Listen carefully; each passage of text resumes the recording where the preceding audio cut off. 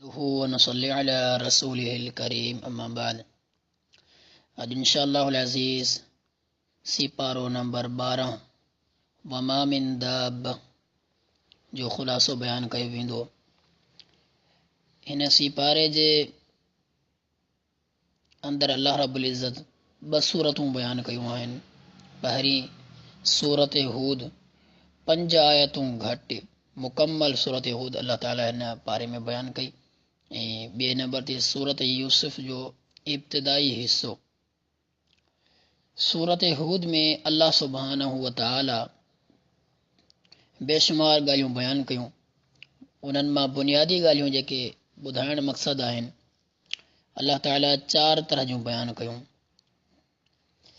पहिरें नंबर ते अल्लाह रब्बुल इज़्ज़त क़ुरान मजीद जी अज़मत बयान कई।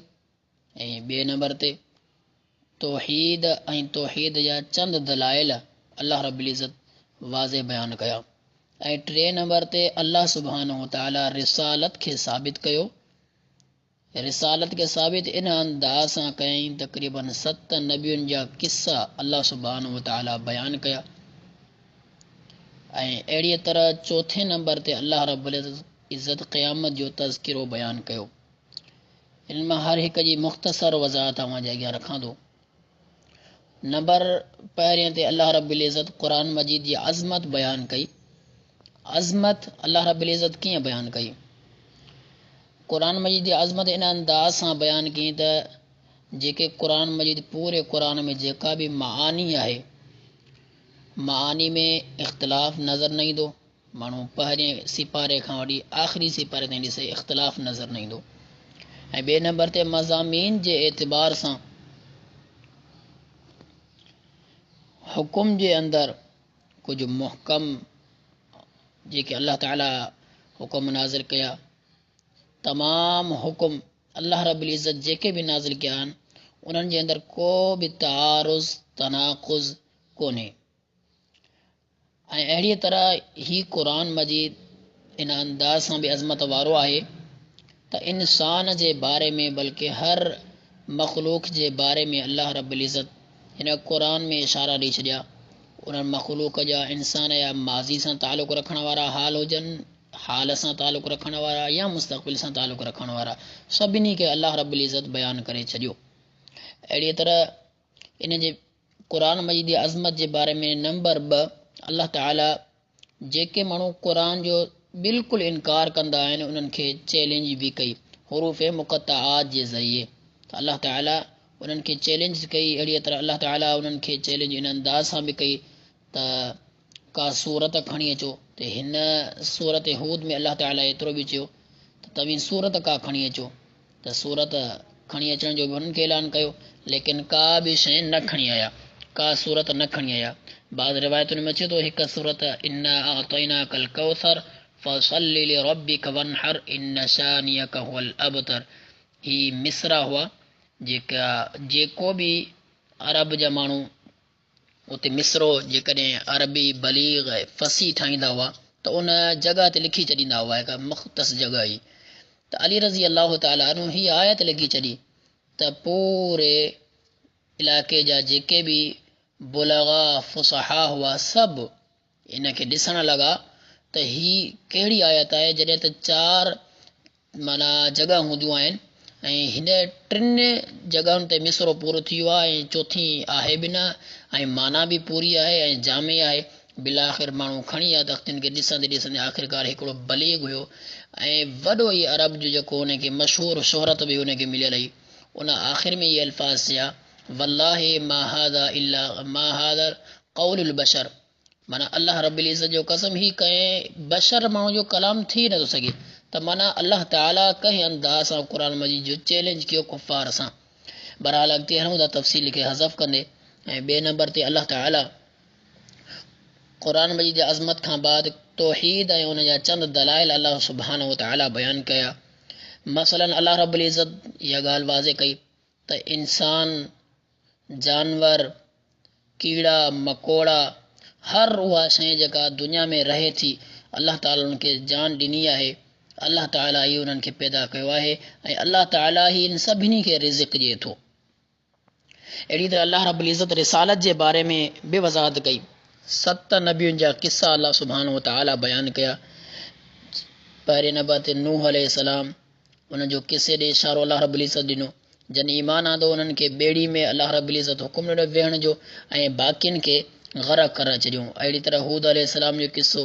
ऐं 3 नंबर ते सालेह अलैहिस्सलाम जो किस्सो। सालेह अलैहिस्सलाम जी क़ौम फरमाइश ते अल्लाह रब्बुल इज़्ज़त खां हिकु आज़माइश जे लाइ फरमाइश ते हुननि निशानी तलब कई। अल्लाह ताला उहा निशानी बि पूरी कयनि। हुननि खे नाक़ जेका अल्लाह रब्बुल इज़्ज़त क़ुर में इन जो ज़िक्र ॾिनो त हुननि खे मादा उठणी अल्लाह रब्बुल इज़्ज़त ॾिनी। ऐं इन खां बाद बि पहाड़ खां निकिती हुननि ख़ुदि ॾिठो उन जेका अल्लाह ताला जेका नाक़ हिननि खे निशानी ॾिनी उन निशानी खे हिननि मारे छॾियो ऐं इन जे करे अल्लाह ताला हिननि ते अज़ाब नाज़िल कयो। 4 नंबर ते इब्राहिम अलैहिस्सलाम जो किस्सो आहे। इब्राहिम अलैहिस्सलाम जी घरवारी फ़रिश्ता इब्राहिम अलैहिस्सलाम वटि आया, तव्हांखे वॾी उमिरि में इसहाक़ जी बशारत हुजे। त इब्राहिम अलैहिस्सलाम जी घरवारी जेका हुई सो तअजुब सां बि चवे छा हिन उमिरि में बि मूंखे औलाद थींदो। त अल्लाह ताला जेकॾहिं जंहिं शइ जे करण जो हुकुम ॾिए त उहा शइ में ताख़ीर नथी थी सघे। इब्राहिम अलैहिस्सलाम खे हुकुम बशारत इसहाक़ जी ॾिनी। अल्लाह ताला वरी इसहाक़ खां याक़ूब, वरी याक़ूब खां यूसुफ अलैहिस्सलाम। केॾी बहितरीन तरतीब आहे नबियुनि जी। अल्लाह ताला जंहिं शइ ते क़ादिर आहे अल्लाह ताला करे ॾेखारियो। चाहे इंसान जी जेतिरी वॾी उमिरि थी वञे, इन मां मालूम थिए थो त इंसान सिर्फ़ु अल्लाह ताला खां ई दुआ घुरंदो रहे, अल्लाह ताला जी उमेद खां मायूस न थिए। ऐं 5 नंबर ते लूत अलैहिस्सलाम जो किस्सो। त लूत अलैहिस्सलाम जी क़ौम बि वॾियूं सरकशूं कयूं, वॾियूं बग़ावतूं कयूं। एतिरे क़दुरु हिननि फ़हाशी में आला तरीन पंहिंजा कम ॾेखारिया। ऐं अल्लाह ताला हिननि जी आज़माइश इन अंदाज़ सां कई, फ़रिश्ता चंद आया जेके छोकरनि जी सूरत में ख़ूबसूरत शक्ल खणी आया ऐं क़ौम उन्हनि फ़रिश्तनि ते बि अचण जी कोशिशि कई। त पोइ फ़रिश्तनि लूत अलैहिस्सलाम खे हुकुम ॾिनो त असां अल्लाह ताला जा फ़रिश्ता आहियूं ऐं अव्हीं बसि पंहिंजे घर वारनि खे वठो ऐं जल्दी निकिरो हितां ऐं हिन क़ौम ते अज़ाब ईंदो। ऐं अहिड़े अंदाज़ सां अल्लाह ताला हिन क़ौम खे पूरी बस्ती जेको पूरो इलाइक़ो हुयो उनखे ज़मीन खां खणी करे फ़रिश्तनि मथां ऊंधो करे उछलियो ऐं अहिड़ी तरह पत्थरनि जो अज़ाब अल्लाह रब्बुल इज़्ज़त नाज़िल करे हुननि खे चखायो। ऐं अॻिते हलूं था 6 नंबर ते शुएब अलैहिस्सलातु वस्सलाम जो किस्सो बि अल्लाह ताला बयानु कयो। शुएब अलैहिस्सलाम जी क़ौम जो किस्सो अल्लाह ताला इन अंदाज़ सां बयानु कयो त हीअ तोरण में वज़न करण में कमी कंदा हुआ, घटि करे ॾींदा हुआ, नाहक़ कंदा हुआ। अल्लाह ताला उन्हनि जे मथां चीख जो अज़ाब नाज़िल कयो ऐं अहिड़ी तरह हुननि खे अज़ाब अल्लाह रब्बुल इज़्ज़त ॾिनो जेके नाफ़रमान हुआ। ऐं 7 नंबर ते मूसा अलैहिस्सलाम जो किस्सो अल्लाह ताला बयानु कयो त फ़िरौन खे मूसा अलैहिस्सलाम जा दावत ॾिनी ऐं फ़िरौन न मञियो ऐं फ़िरौन खे अल्लाह ताला इन जो नतीजो बि ॿुधायो, नतीजो ॾेई बि छॾियईं ऐं दुनिया वारनि जे लाइ इबरत जो निशानो बि ठाहे छॾियईं। अहिड़ी तरह 4 नंबर ते हिन पारे में जेका बुनियादी ॻाल्हि ॿुधाइणु मक़सदु आहे सूरत हूद में जेका आहे उहा क़यामत जो तज़किरो आहे। अल्लाह ताला क़यामत जे तज़किरे खे बि बेहद बयानु कयो। क़यामत जे तज़किरे जे लाइ अल्लाह ताला इंसाननि जूं 2 क़िस्मूं बयानु कयूं। हिकु उहा जेका नेक इंसान आहिनि, ॿिए उहे जेके बदबख़्त इंसान आहिनि। ऐं ॿिन्हिनि जे बारे में अल्लाह रब्बुल इज़्ज़त आगाही ॾिनी। जेके नेक हूंदा त उन्हनि खे अल्लाह ताला उन्हनि जे अमाल जी बक़दर उन्हनि खे अजर ॾींदो ऐं जन्नत में दाख़िल कंदो ऐं जेके बदबख़्त हूंदा अल्लाह ताला उन्हनि खे अज़ाब ॾींदो ऐं उन्हनि जी सज़ाऊं जेको आहे सो हुकुम ॾिनो वेंदो त फ़रिश्ता उन्हनि खे सज़ाऊं ॾींदा। अहिड़ीअ तरह अॻिते हलूं था सूरत यूसुफ, सूरत हूद खां बाद आहे। सूरत यूसुफ में इहा वाहिद सूरत आहे जंहिंमें हिकु नबी जो मुकमल किस्सो अल्लाह रब्बुल इज़्ज़त बयानु कयो। इहा अलॻि ॻाल्हि आहे त क़ुर मजीद में तक़रीबन जेके बि नबी आहिनि मुख़्तलिफ़ सूरतुनि में मुख़्तसर तज़किरो नज़र तव्हांखे ईंदो, लेकिन सूरत यूसुफ में वाहिद हिकु नबी यूसुफ अलैहिस्सलाम जो किस्सो आहे जेको पूरो हिन सूरत में ऐं तफ़सीली हिन सूरत जे अंदरि आहे। चॾहिं त दीगर सूरतुनि में नाला ईंदा आहिनि, लेकिन किस्सो जेको पूरो आहे सिर्फ़ु हिन सूरत में आहे। नाले ताईं रहंदो आहे, दीगर सूरत में सिर्फ़ु नाला ईंदा आहिनि। बाक़ी हिन सूरत पूरी में यूसुफ अलैहिस्सलाम जो किस्सो आहे। किस्सो तफ़सीली आहे ऐं किस्से खे बिल्कुलु मुख़्तसर ॿुधाईंदे अलबत्ता हिन किस्से मां जेके इबरतूं असांजे लाइ हासिलु थियनि थियूं उहे इबरतूं मां बिल्कुलु वाज़े बयानु कंदो तफ़सील सां।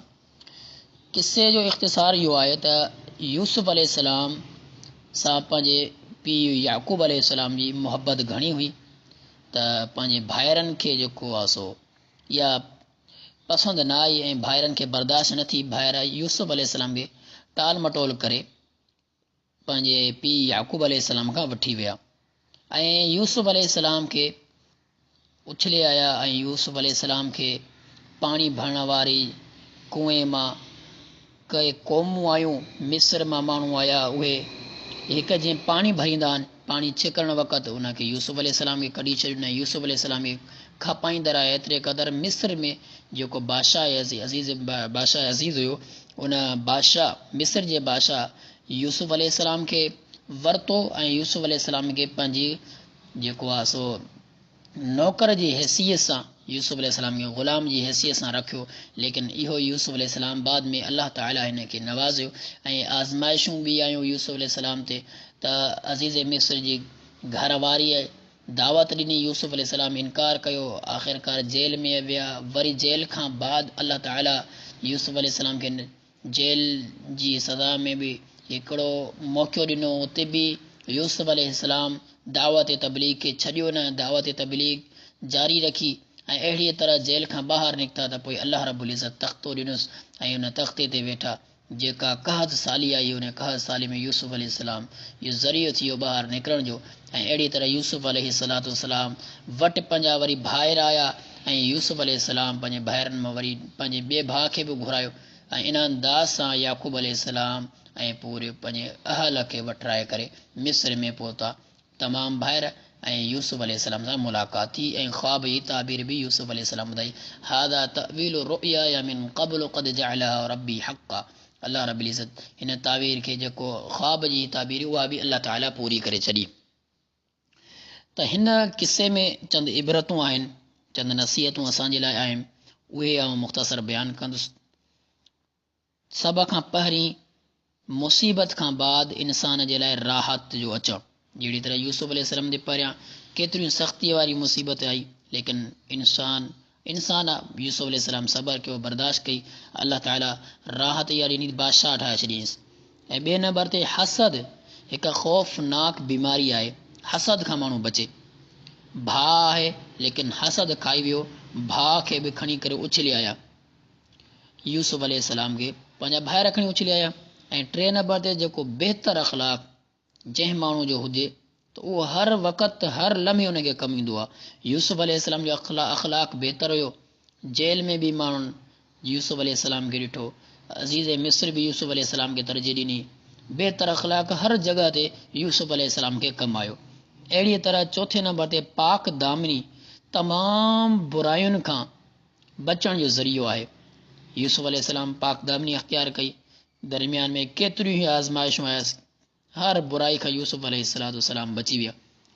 ऐं पंजे नंबर ते नामुहरम मर्द ऐं औरत जो अकेले में मिलणु दुरुस्त न आहे, तन्हाई में मिलणु इंतिहाई ख़तरनाक आहे। जहिड़ी तरह हिन किसे में ॾिसो था, अज़ीज़ मिस्र जी घरवारी यूसुफ अलैहिस्सलाम खे अकेले मिली ऐं यूसुफ अलैहिस्सलाम खे अकेले मिलण मां हिकिड़ो फ़ाइदो खणंदे दावत ॾिनी गुनाह जी, लेकिन यूसुफ अलैहिस्सलाम इनकार कयो ऐं यूसुफ अलैहिस्सलाम अल्लाह ताला खां दुआ कई, या अल्लाह हिन खां बचा, अगरचे मूंखे जेल में विझराए छॾी।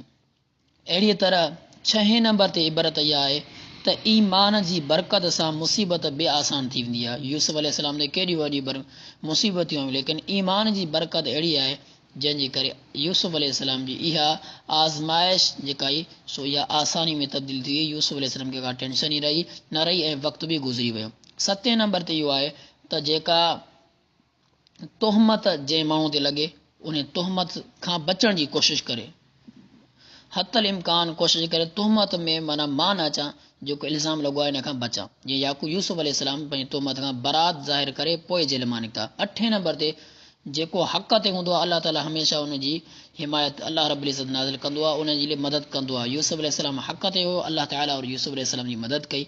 अहिड़ी तरह यूसुफ अलैहिस्सलाम खे पंहिंजे वालिद सां बि मिलायो। अल्लाह ताला खां दुआ आहे त हिन किसे में अंदरि ऐं हिन पारे में जेके बि इबरतूं ऐं नसीहतूं असांजे लाइ आहिनि, तमामु इबरतुनि खे सम्झणु, इन खां बाद ऐं नसीहतुनि ते असांखे अमल करण जी अल्लाह ताला तौफ़ीक़ अता फ़रमाए। व आख़िरु दावाना अनिल हम्दुलिल्लाहि रब्बिल आलमीन।